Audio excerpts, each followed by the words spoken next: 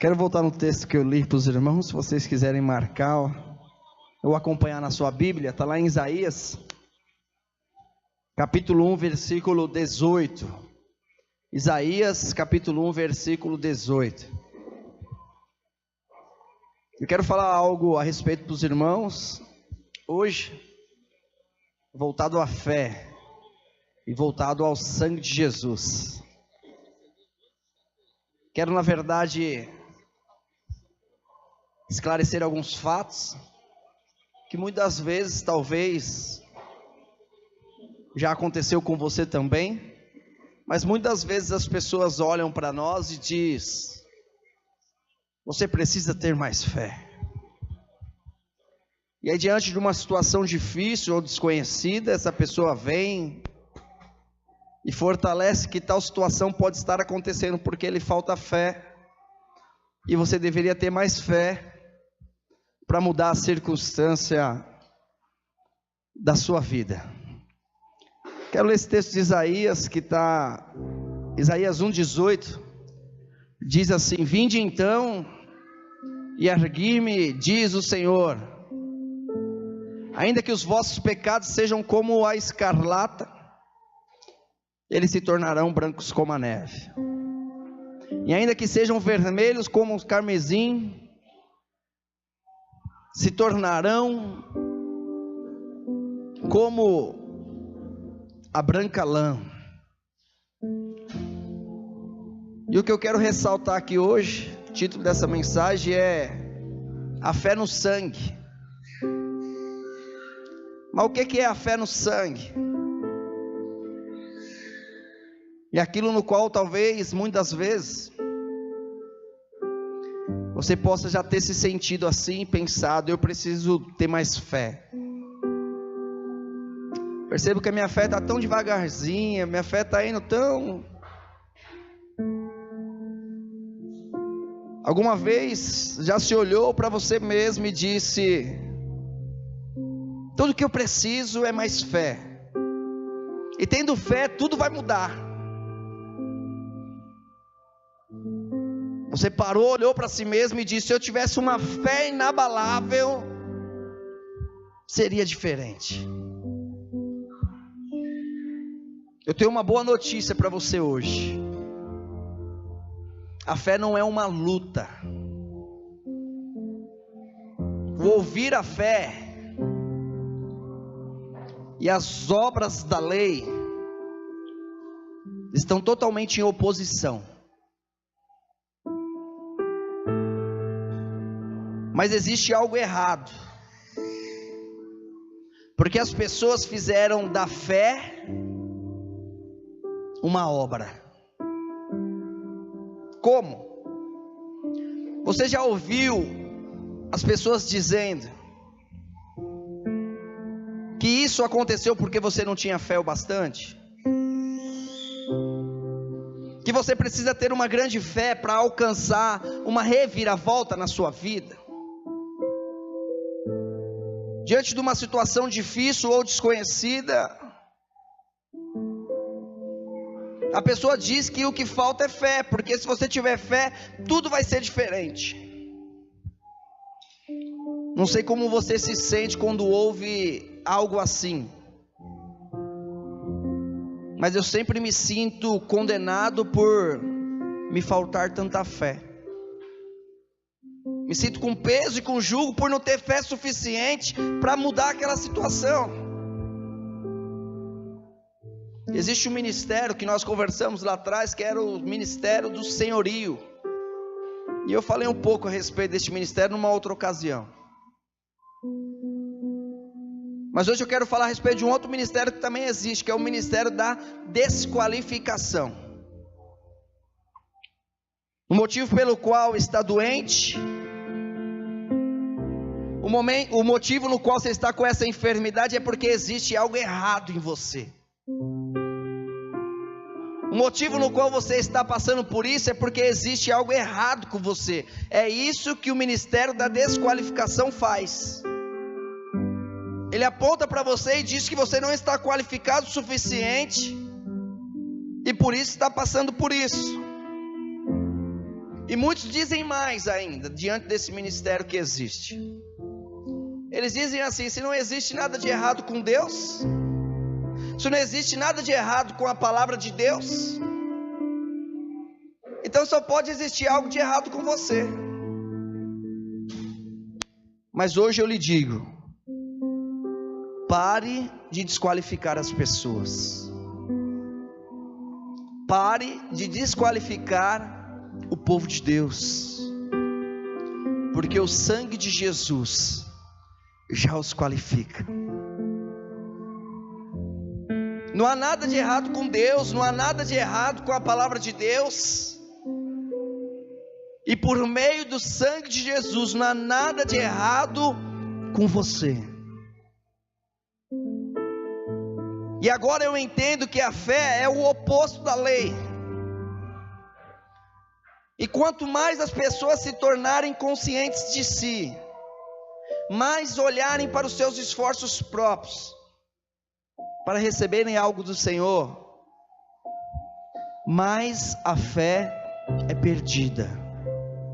Muitos acreditam que se olhar para uma pessoa e dizer: você precisa ter mais fé, eles acreditam que um discurso como esse, que desqualifica, eles acreditam que ao olhar para uma pessoa e dizer: você precisa ter mais fé, aquilo vai gerar fé no coração da pessoa. Mas não é verdade. Na verdade, o pouco de fé que ainda existia, ela passa a ser perdida, com peso, com jugo, e com o sentimento de que poderia ser diferente, mas ele não vai conseguir fazer diferente.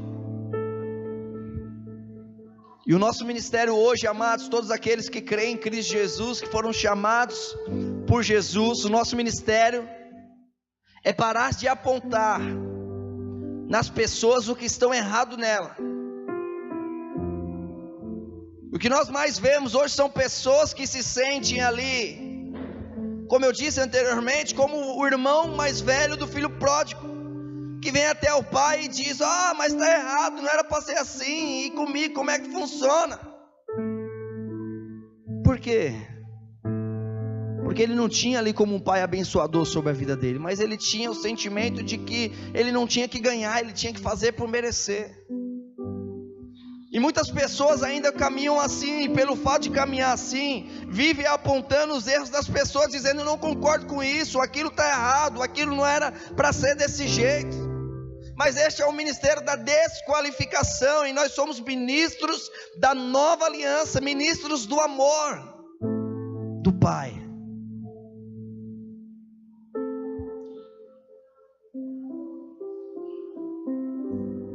Então nós somos chamados para começar a apontar o que está certo por causa de Jesus, amém? Amém? Quando os crentes, todos aqueles que creem em Cristo Jesus, se apropriam da revelação de que há nada de errado com Deus, nada de errado com a palavra de Deus, e nada de errado por causa da graça de Jesus, com eles também, sabe o que acontece? Algo acontece com a fé deles. Começam a ver Jesus de uma maneira diferenciada. Começam a se tornar mais e mais, e veem Jesus por eles. A fé ela começa a desabrochar na vida cristã, e os milagres começam a seguir. Mas entenda que o tema dessa mensagem é fé no sangue. Por que eu estou te dizendo todas essas coisas? Porque eu tenho observado a vida cristã no feital, não, a vida cristã diante dessa geração. É uma vida cristã que acredita que Deus move por algo baseado na minha fé. Mas eu quero te mostrar algo hoje. Eu quero te mostrar o tamanho deste Deus. Eu quero te mostrar o poder do sangue de Jesus. Eu quero te mostrar que você não precisa desejar ter mais fé. Como assim? ao contrário de tudo que eu aprendi até hoje, porque tudo que eu aprendi até hoje é: você precisa ter mais fé.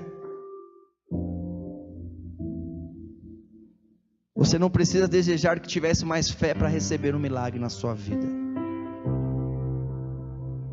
Veja Jesus na cruz por você, e a fé que você precisa para vencer qualquer situação desabrochará na sua vida.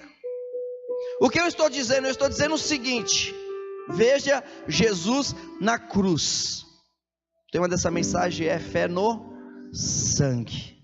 Eu estou te dizendo que quando você tem fé no sangue, quando você diz: eu creio no sangue que foi derramado para me purificar, eu creio no sangue que veio para me salvar, eu creio na obra da cruz consumada em Jesus, eu tenho fé no sangue de Jesus. O que eu estou te dizendo? Eu estou dizendo que quando você reconhece Cristo Jesus na sua vida e reconhece a fé no sangue, mesmo que você olhe diante do enfermo, e aquela pessoa ali no qual está enferma, você não tem fé suficiente para que aquela pessoa seja curada, e você se vê diante daquela situação, que você não tem muita fé para com a cura, mas você tem fé no sangue. Eu estou te dizendo que o poder não está no tamanho da sua fé na cura, mas o poder está no tamanho da sua fé no sangue. Porque quando eu olho para a minha fé diante da cura, ele se torna um ministério da qualificação ou desqualificação. Jesus faz ou não baseado na minha fé. Mas quando eu olho para a fé no sangue e eu reconheço diante daquela situação, já não é mais baseado na minha fé, mas é baseado no poder do sangue de Jesus. É a fé no sangue.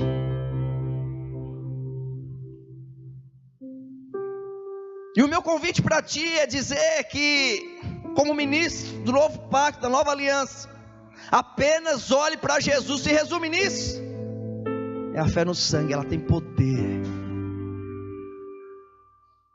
Ele é o autor e consumador da... Então entenda o que esse versículo diz. Ele é o autor e o consumador da fé. Essa é a fé no sangue.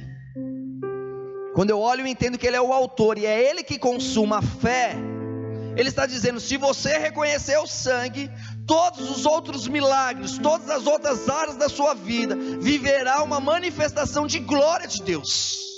Porque não está baseado no se você tem muita fé ou se você tem pouca fé, como um dia escreveram, né? Heróis da fé, dizendo eles tiveram uma grande fé. Mas a fé está no sangue. O mistério do reino de Deus é exaltar aquele que vive hoje, que está à direita do Pai. Coloca para nós, por favor, Hebreus 12, 2. Para nós compreendermos na plenitude do Senhor o que esse versículo diz. Aquilo que o Senhor Jesus Cristo tem para com a vida da igreja, aquilo que o Senhor deseja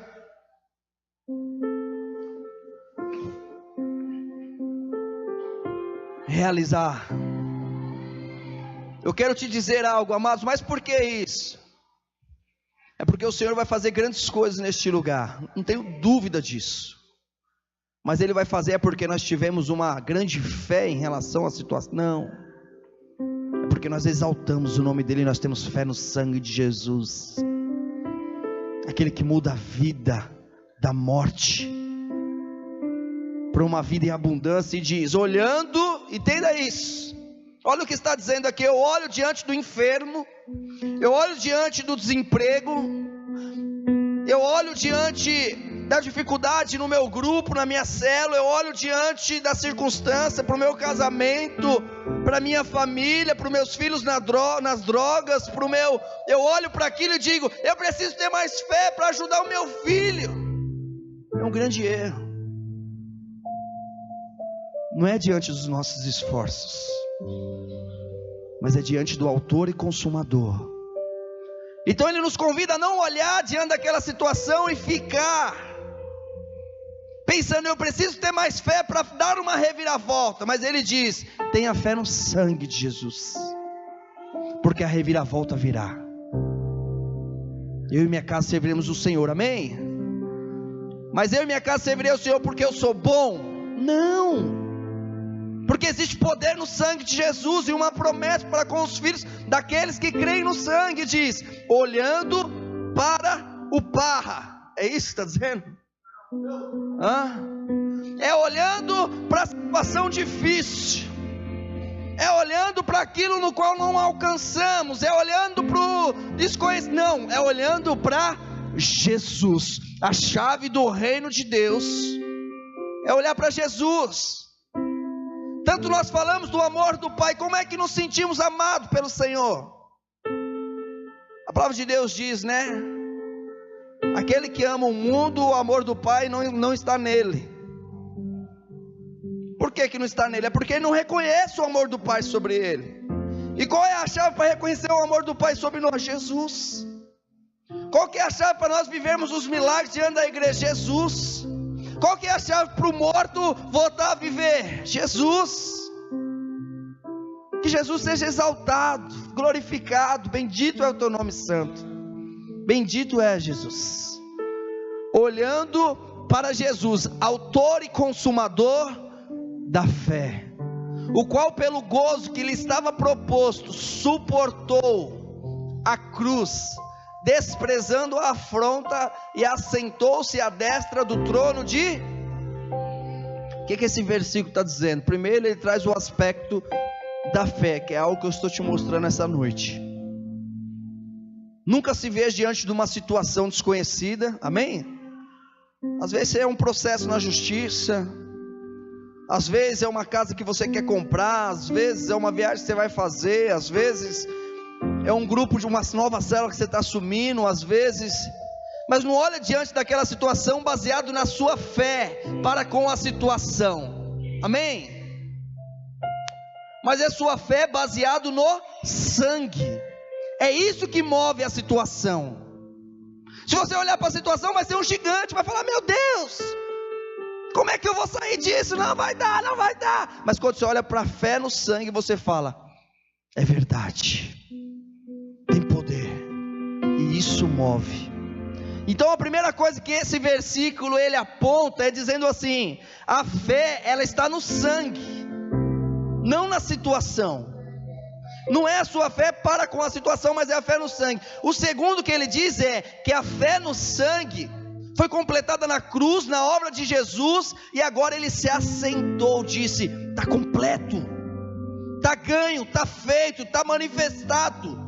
Ele está em descanso agora, ele não está mais trabalhando para que os milagres venham para com a igreja, baseado na fé, mas ele está dizendo, terminei algo. E o que eu terminei? É que aquele que estiver a fé no sangue, no autor e consumador da fé, vai viver uma vida de milagres, porque está sentado, porque está completado, porque está no descanso.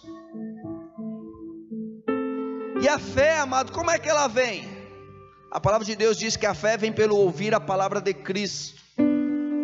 Quanto mais de Jesus você ouvir, mais fé vai aumentar no seu coração. Então aprenda a lição que nós já falamos até aqui. Não olhe para as pessoas e diz, você precisa ter mais fé para mudar isso. Não desqualifica as pessoas, fala, por que você está vivendo isso? Sabe por que você está vendo? É porque você não tem fé suficiente. Pare de desqualificar as pessoas, mas fale de Jesus para elas, porque a fé vem pelo ouvir a palavra de Cristo. Então se você percebe que alguém não tem fé, leve o sangue de Jesus para ela, e ao receber do sangue de Jesus, essa pessoa passará a ter mais fé no sangue, e todas as áreas da sua vida serão abençoadas pela fé que ela tem no sangue, amém?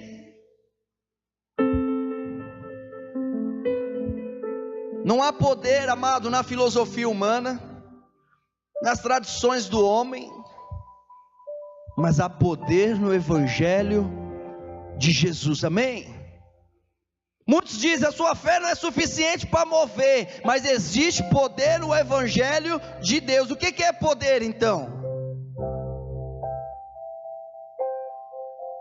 Quando nós olhamos para o evangelho, no qual é a manifestação desse poder, o que é o evangelho? Nós falamos um pouco ontem aqui.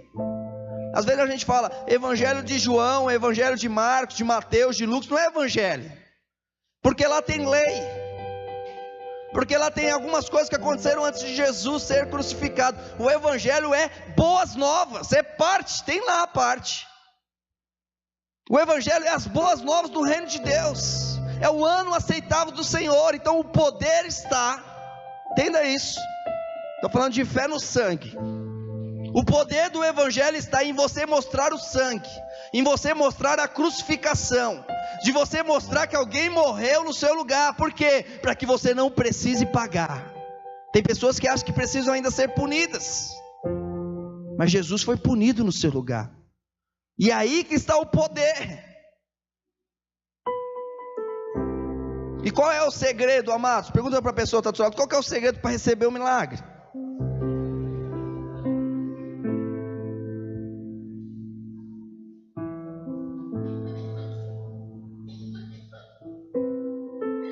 Muitos dizem que o segredo para receber o milagre, por aquilo que nós acompanhamos, o segredo para receber o milagre, sabe onde é que ele está? No fazer. Ele diz, porque irmão, você quer a vitória? Então jejua tantos dias, faz uma campanha. Você quer receber o milagre? Então faz isso, agora faz mais aquilo. Você quer receber o milagre, irmão? Então acorda na madrugada, porque a fila é menor. Ô irmão, você quer receber o milagre? E colocam a base do milagre, coloca a condição do milagre no sangue de Jesus, sim ou não? Não. Jesus sai de cena. Mas Deus enviou o seu único filho, para que todo aquele que nele crê não pereça, mas tenha vida eterna. Aí pega João 3,16, tira de fora e fala, irmão, você quer um milagre? Então você precisa fazer para receber. E aí você olha para o evangelho, você olha para a palavra de Deus, você olha para a mensagem de Jesus e diz, aonde está Jesus na fé? Aquele que é autor e consumador da fé. Não tem alguma coisa aqui que não bate? Não tem alguma coisa aqui que ficou de fora? A gente prepara uma grande festa de aniversário para a irmã Cleide, e aí faz aquela decoração, tudo, prepara um bolo, convida todo mundo, e 1, 2, 3, a Cleide vai entrar. Cadê a Cleide? Ela não está na festa. Ah, mas todo mundo fez, foi homenagearam ela, fizeram um vídeo, foi tudo muito legal, todo mundo fez, mas a Cleide não está na festa, ela não veio. Então quando nós escutamos algo da palavra de Deus, quando nós entendemos algo diante de Deus, nós precisamos entender, Jesus está na festa, Jesus está presente na equação, 1 mais 1 é 2, mas Jesus está nisso ou não está? Porque se não tiver, deixa eu encontrar Ele então. Deixa eu perceber qual que é o caminho que Ele deseja que eu caminhe.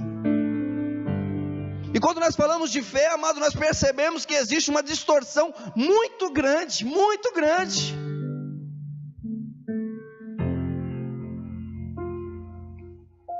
Muitos defendem, amado, que as coisas, para se ter um milagre, é necessário fazer, tem que ter um propósito com Deus. Quem já andou descalço aqui? Não precisa levantar sua mão não.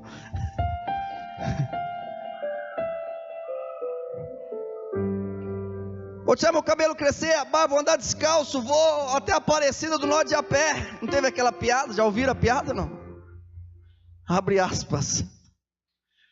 O cara está com a motinho lá toda irregular, e aí ele vê um comando, e aí ele para nesse comando, ele está chegando, ele falou, meu Deus, eu vou pegar essa moto na mão, e aí ele começa a empurrar a moto até o comando, e o cara, as polícias param ele, e falam, onde você vai? Ele falou, é que eu fiz uma promessa com a Nossa Senhora, e se eu ganhasse essa moto, eu ia até lá de a pé, para apresentar a moto. Aí o policial se comoveu, né? Ele todo irregular ali, mas o policial se comoveu, falou, meu Deus, que fé, grande é a sua fé. Tudo bem, pode passar, não vou nem parar você aqui, segue na sua caminhada. Aí o rapaz subiu a ladeirinha, na hora que fez a curva, ele foi subir na moto, a viatura colou do lado,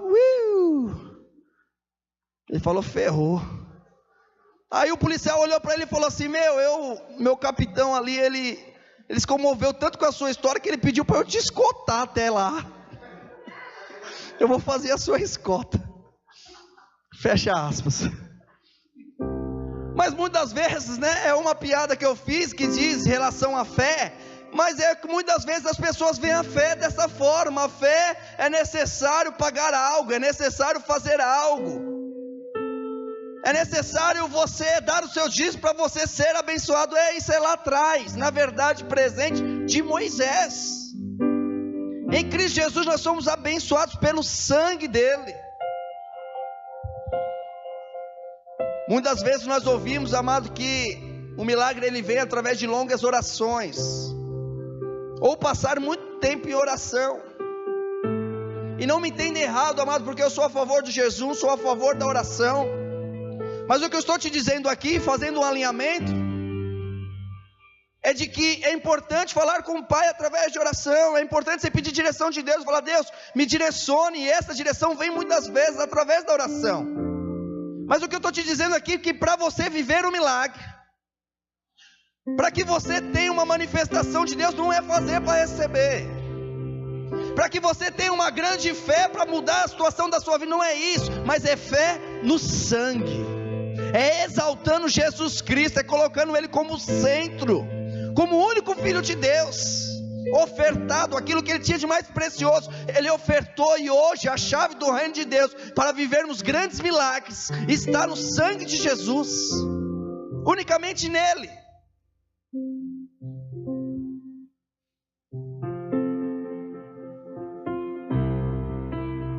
Mas se o segredo para obter milagre em sua vida está em orar, como é que você se sente?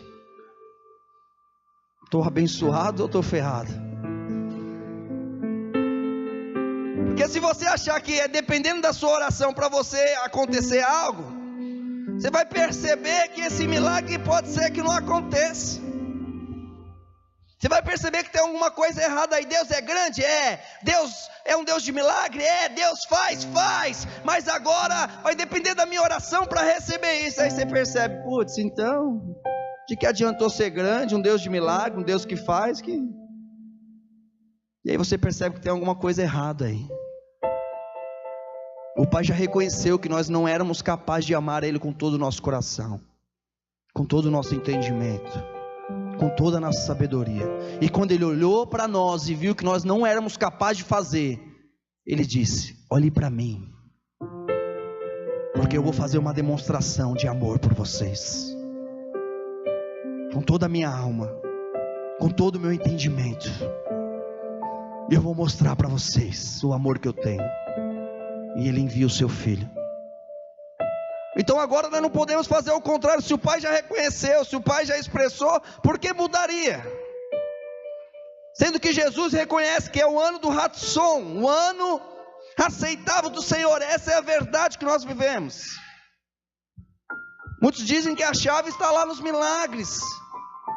Mas e a chave dos milagres está no quê? Está no jejum, está em 40 horas, em 4 dias,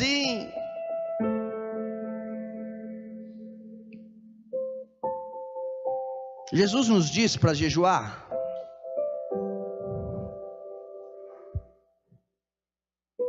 Nós já compartilhamos isso em outra ocasião.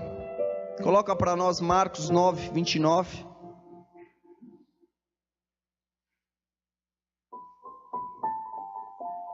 Hoje eu sei que quando os discípulos de Jesus foram incapazes de expulsar certo espírito de um garoto, Jesus respondeu algo para eles. Volta um pouquinho. Mais um. Mais um. Mais um. Mais um. Deixa aí. E diz assim a história: e logo o pai do menino, clamando com lágrimas, disse: eu creio, Senhor, ajuda a minha o quê? Tá, o pai naquele momento ele viu ele estava com o ministério sobre a vida dele, era o ministério da desqualificação. Ele falou: alguém me ajuda aqui, pelo amor de Deus, alguém que tenha fé, alguém que possa fazer algo, porque eu sou incrédulo, amém? Volta aqui. Você já ouviu aquela coisa assim, tipo, você vai orar por alguém, ou alguma coisa, alguma situação, aí fala: a pessoa não teve fé o suficiente. Você vai orar por uma pessoa enferma, não é curado, mas você é uma pessoa de muita fé, aí você diz: ele que não tem fé, por isso que não aconteceu. E aí você desqualifica o outro, você se sente, né, o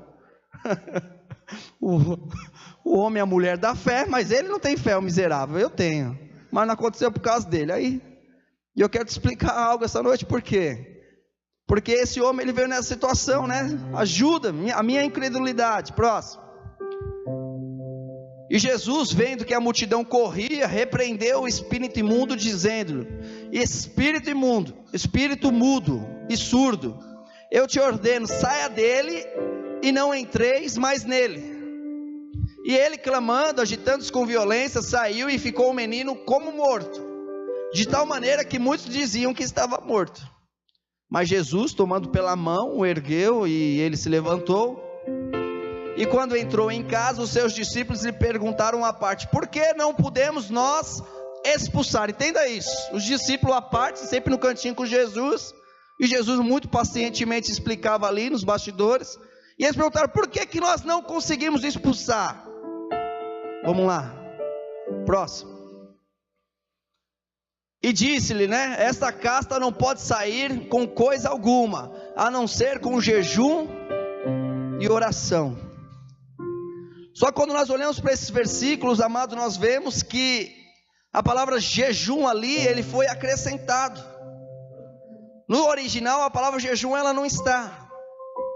Num outro momento, traduzido em Mateus, traz a circunstância, traz a situação aonde que nós vemos que Jesus, ele começa o discurso dizendo: por causa da vossa fé. Mas fé no quê? Fé em quem? E é importante a gente entender isso. É importante a gente entender que faltava fé no Filho de Deus, faltava fé em Jesus, e por isso Jesus o fez, e eles não fizeram. Mas muitos se apropriam de algo que aconteceu lá atrás. Nós temos a Almeida, a revista Almeida corrigida e atualizada, nós temos a somente corrigida, e ambos tem lá o versículo lá onde diz a respeito do jejum, mas o jejum só está nessas duas versões, traduzidas por essas duas pessoas. Se você quiser ver isso, você vai ver um outro termo que todo mundo utiliza hoje também, que é o quê? O crente carnal. Aí você vai lá em Romanos 8:1, e aí você começa a ver algumas traduções. Você vai perceber que lá está dizendo a respeito de que nós estamos em Cristo Jesus, mas algumas traduções diz que não anda segundo a carne ou segundo o Espírito, mas acrescentaram também. E daí que surgiu o crente carnal.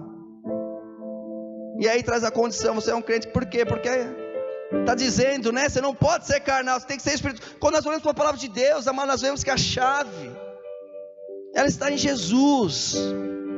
As pessoas leem esse versículo, colocam ali oração e jejum, e acredita, amado, que é necessário isso, para que as coisas sejam feitas, mas é necessário o sangue de Jesus, a fé no sangue de Jesus.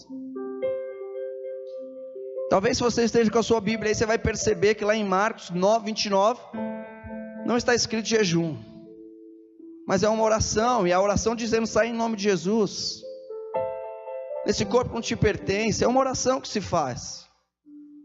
Mas o jejum, ele quer trazer o encargo de depender de você ser bom o suficiente, de você estar consagrado. Quantas vezes você já não ouviu isso? A pessoa tem que estar preparada para a guerra espiritual, preparado para lidar com tal situação. Eu mesmo já pensei muito sobre isso, eu mesmo já fiz muito isso. Um tempo atrás eu fazia encontro, era matemática, era essa: a pessoa participava do encontro como encontrista, no próximo ela já ia como apoio. E aí o que eu mais ouvia era: você é louco, eles chegaram ontem, já estão como apoio, estão tudo despreparados. Mas espera lá, depende da minha preparação ou da minha fé no sangue de Jesus? Eu crer em Jesus.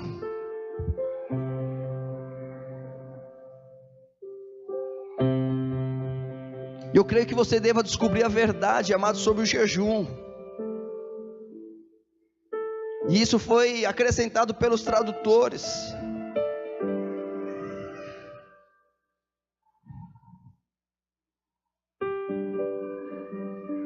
Primeira Coríntios 7:5. Se você quiser ver na sua Bíblia, você pode ver como é que está aí na sua Bíblia também.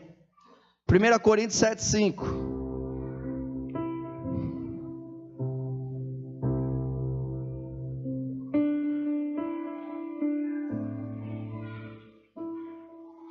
Não vos privei um ao outro, senão por consentimento mútuo, por algum tempo, para vos aplicardes ao jejum e à oração, e depois ajuntai-vos outra vez, para que Satanás não vos tente pela vossa incontinência.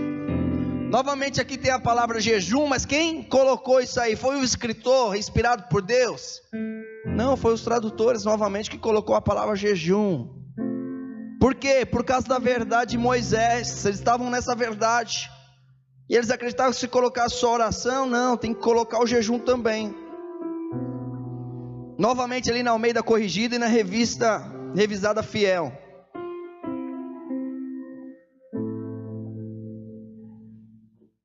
E nós vemos, amado, que ao longo do Novo Testamento, Paulo raramente, em algumas situações mostra ele mesmo ali, mas raramente ele fala sobre isso.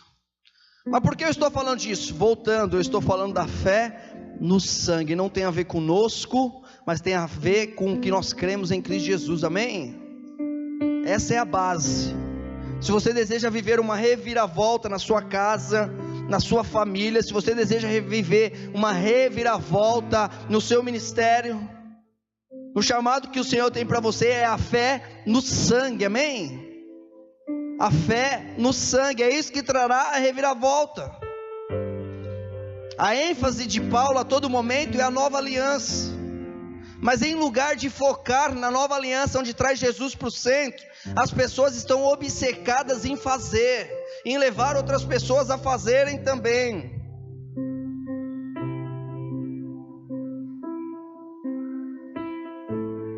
E a pergunta é: o que nós queremos hoje em Cristo Jesus? Nós queremos receber da parte de Deus, como eu disse, Ele sumiu como sumo sacerdote que abençoa o povo, como nós vimos na Samaritana, no poço, que Jesus ele tem prazer em nos abençoar, amém? Tem prazer em nos abençoar. Você quer ser abençoado pelo Senhor, ou você está tentando torcer, manobrar o braço de Deus? Qual que é o tipo de relacionamento? O relacionamento dizendo: eu sei que eu sou abençoado, eu sei que Jesus é capaz de abençoar minha casa, minha família, eu sei que o Senhor é capaz de mudar o meu amanhã, eu sei disso, o Senhor é bom, Ele é bom comigo, Ele me ama, Ele cuida de mim. Ou não, eu vou ter que convencê-lo de algo, eu vou ter que torcer o braço dele, porque quando você entende o que significa colocar sobre a lei, ou se colocar sobre a graça, corremos o risco de tentar manobrar o braço de Deus, tudo para tentar convencê-lo. Deixa eu te dizer algo, amado, isso talvez pode te incomodar um pouco, mas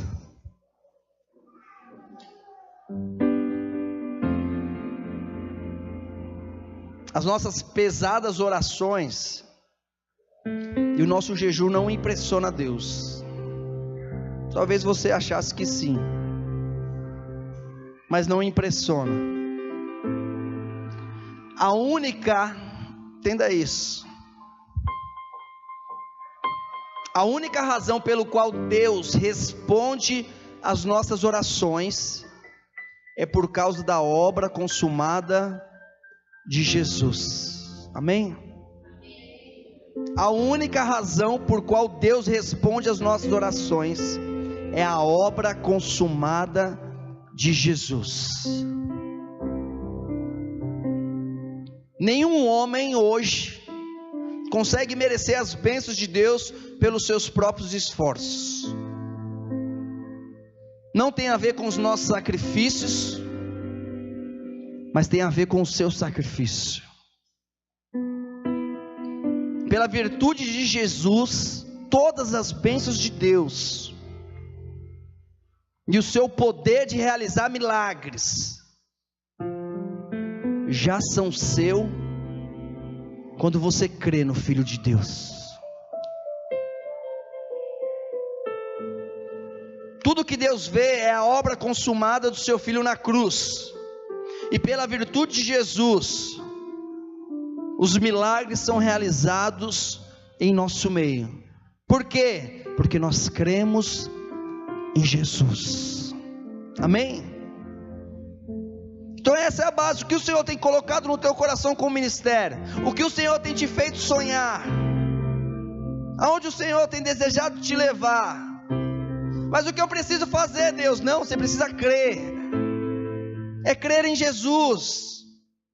Gálatas 3:5, coloca para nós, por favor.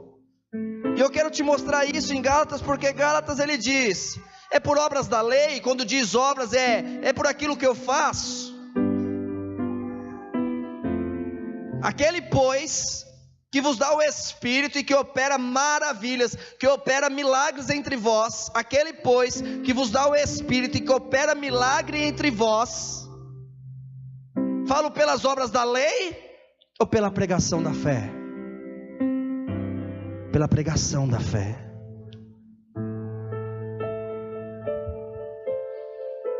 Se você olhar para todas as pessoas que receberam na Bíblia, e eu quero te mostrar isso, e quando você for ler, você vai perceber cada vez mais nas Escrituras, todas as pessoas que receberam durante o ministério de Jesus na terra, nenhuma, entenda isso, nenhuma delas fizeram por merecer. Elas não fizeram nada para obter os milagres, elas simplesmente, elas receberam os milagres pela graça de Deus. Em contrapartida, se você comparar os homens de grande moral e que oravam 3 vezes por dia, que jejuavam toda quinta-feira, que davam o dízimo até do tempero que recebia, esses homens que tentavam de alguma forma impressionar Deus, a palavra de Deus diz que no tempo em que Jesus estava na terra, nós não vemos em nenhum momento eles receberam um milagre da parte de Deus. Então isso é muito nítido, é muito claro nas Escrituras quando você vai ler. Homens que jejuavam, homens que oravam, homens que andavam com as Escrituras na roupa, com a Bíblia para cima e para baixo, homens que independente do que estavam fazendo, parava tudo e fazia o seu momento de oração, homens que ganhavam ali um presente e falavam: quanto que custou esse presente? Foi R$50, então eu vou dar R$5 de dízimo. Nenhum deles receberam sequer um milagre, o ministério de Jesus na terra.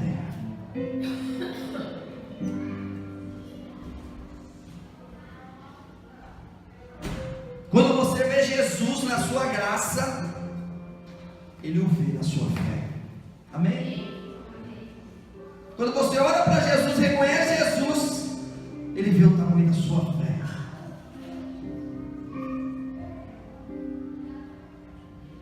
Nós vemos uma mulher com fluxo de sangue por 12 anos. Ela não somente viu Jesus como alguém cheio de poder de cura, mas também o viu como uma pessoa cheia de graça. Então quando você vê Jesus em sua graça, Ele o vê em sua fé. E por que a mulher do fluxo de sangue viu Jesus cheio de graça? Vou te dizer. Como nós sabemos, as leis de Moisés, ela ordenava para que ninguém que estivesse na situação daquela mulher, com trapos de imundícia, se envolvesse no meio da multidão. Que nenhuma mulher que estivesse ali na situação que ela estava com fluxo de sangue, que no qual não poderia se envolver, entrar na multidão, muito menos poderia tocar num homem. Era isso que a lei de Moisés dizia. Mas quando nós olhamos para esta mulher, nós vemos que ela acreditava que podia tocar na túnica de Jesus. E quando nós olhamos para essa mulher, nós vemos que ela tinha diante da lei a possibilidade de terminar a sua história ali. Mas entre terminar a sua história ali, ela sabia que Jesus era cheio de graça. Em vez de olhar para o fim da sua história ali, ela olhou para o início da sua jornada em Jesus. E ela não estava pensando, que tamanho é a minha fé? A minha fé é tão grande que agora eu vou ser curada. Mas ela estava dizendo, Jesus tem poder para curar. Jesus é cheio de graça. Entre morrer apedrejado, entre ser ali crucificado, entre às vezes me perseguir porque eu invadi a multidão, porque eu toquei no homem, eu sei agora que Jesus é cheio de graça e pode me abençoar. E quando nós olhamos para as escrituras, nós vemos que a fé estava onde? Em lugar dela esperar a punição da lei, que era isso que ela ia receber, ela estava esperando ser curada por Jesus. Ela não viu Jesus na sua severidade, ela não viu Jesus na sua condenação, mas ela o viu como o Salvador transbordando em misericórdia e em compaixão. Ela conseguiu enxergar Jesus, a fé no sangue de Jesus. Quando eu digo que você tem fé no sangue de Jesus, você começa a contemplar quem Jesus é. E no momento em que tocou na túnica, imediatamente o sangue estancou. Aí eu te pergunto, ela era consciente da sua fé? Sim ou não? Você acha que ela foi até Jesus dizendo, a minha fé é grande, e eu tenho tanta fé, que agora eu vou mudar a minha situação? Você acha que era isso que ela estava pensando? Não. Ela estava pensando, Jesus é grande, Jesus tem poder, Jesus pode fazer, chegou aquele que pode me curar. Ela não estava consciente da sua fé, mas ela era consciente somente de Jesus e da sua graça. E ele olhou ao redor e viu a sua fé como ternura e disse, sabe o que ele disse? Ele disse, mulher. Na verdade ele não disse nem mulher, é a primeira vez que Jesus chama alguém na Bíblia de filha, amém? E ele não diz mulher, ele diz filha. Filha. Ela nem estava pensando, será que eu sou filha do Deus Altíssimo? Ela nem foi com esse coração dizendo, eu quero ser filho de Deus, eu quero. Esse não era nem o pensamento dela, mas ela viu Jesus de tal forma que Jesus disse, filha, a tua fé. Amém? Entenda isso. Ela não foi vendo a fé, mas quando nós vemos a graça de Jesus, Jesus enxerga a nossa fé. Lembra o que eu disse antes de contar essa história? Nós enxergamos a graça, Jesus enxerga a nossa fé. E no momento Jesus diz para ela, filha, a tua fé te salvou. Mas não que a base esteja na fé de ser salvo, não que a base esteja na fé de ser curada por ela mesma, dizendo, eu tenho uma grande fé, eu tenho uma fé inabalável, eu sou uma mulher de Deus com uma fé, meu Deus, e agora essa fé que eu tenho vai mover o planeta. Não, não é a sua fé que vai mover o planeta, é o sangue de Jesus que chacoalhou o planeta. Eis o Cordeiro de Deus, que tira o pecado do mundo, amém?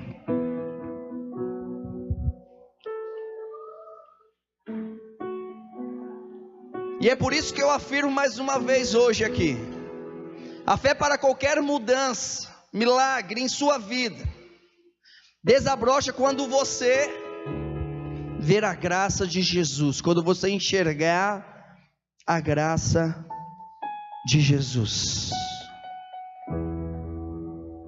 Se você quiser acompanhar essa história, está lá em Marcos 5,34. E qual que é o segredo para uma grande fé?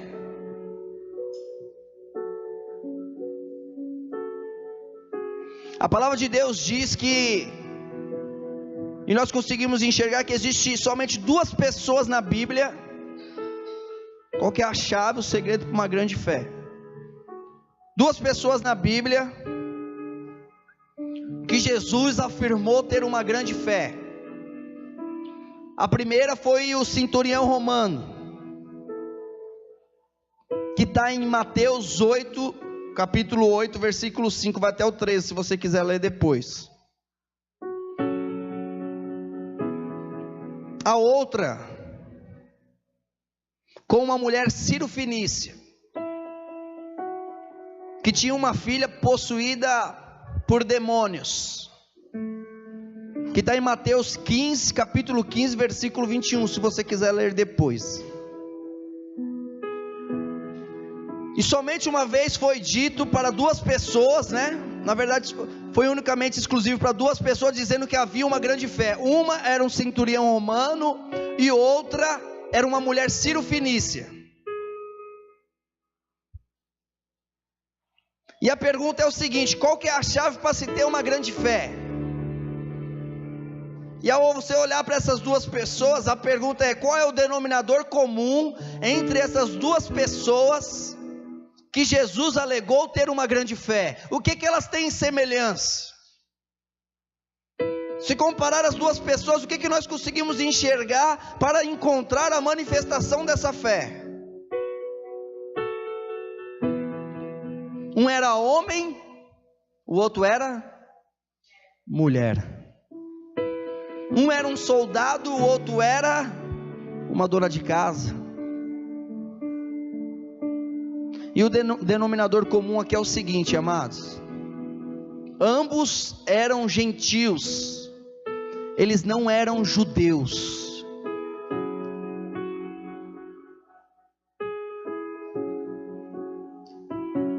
Ambos, entenda isso, ambos não estavam sob as leis de Moisés.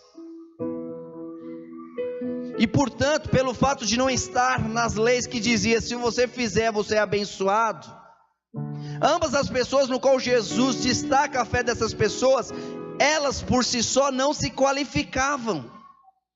Elas não se diziam boas o suficiente para receber aquilo. Não estava sob a lei da condenação. Então podia ter uma grande fé para receber Jesus. Estavam livres para reconhecer Cristo Jesus. E por isso que eu fortaleço novamente: a lei é oposta à fé.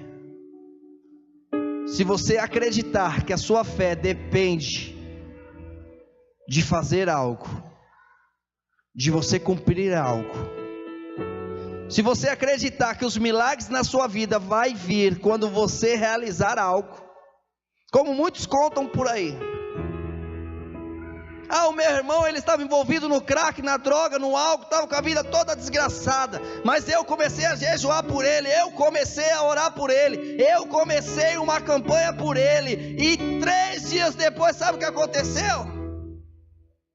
O meu irmão me ligou e disse que vai ser batizado.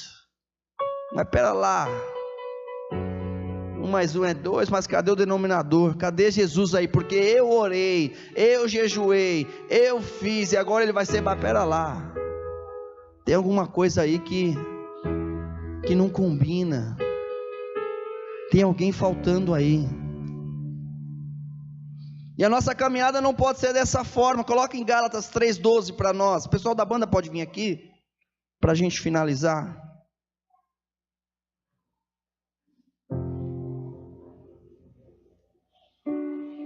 Gálatas 3:12 diz assim: aquele, pois, ora, a lei não é da fé, são opostos, amém? É um pouco do que nós tentamos compartilhar aqui, tem muito mais, mas o tempo não permite. Mas entenda algo a respeito da fé, entenda algo a respeito dessa nova aliança, entenda algo a respeito de quem nós somos em Cristo Jesus. Ora, a lei não é da fé, mas o homem que fizer estas coisas, por ela viverá. Porque a pessoa que achar que vai jejuar muito, que vai orar muito, que vai fazer muito para receber, é assim que ele vai viver. Não é, é o oposto. Ora, a lei não é, amém? Não não se deve fazer para ter fé, não se deve fazer para receber milagre, não é. Mas aquele que fizer viverá dessa forma. Romanos 4,14. Vá anotando essas referências, depois você lê em casa com mais calma, pede revelação ao Senhor. Romanos 4,14. Porque se os que são da lei são herdeiros, logo a fé é vã, e a promessa é aniquilada.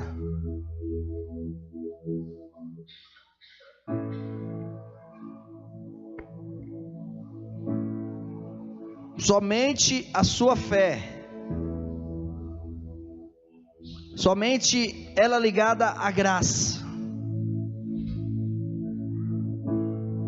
qualifica o povo de Deus e leva ele cada dia mais a crer em Jesus. Este é o segredo, amados, da fé. A fé no sangue de Jesus, amém? Coloque-se de pé em nome de Jesus, aquele que puder.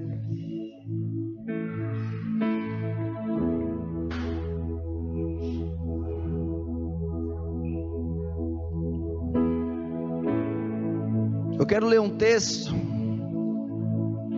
que está em Êxodo 12:13.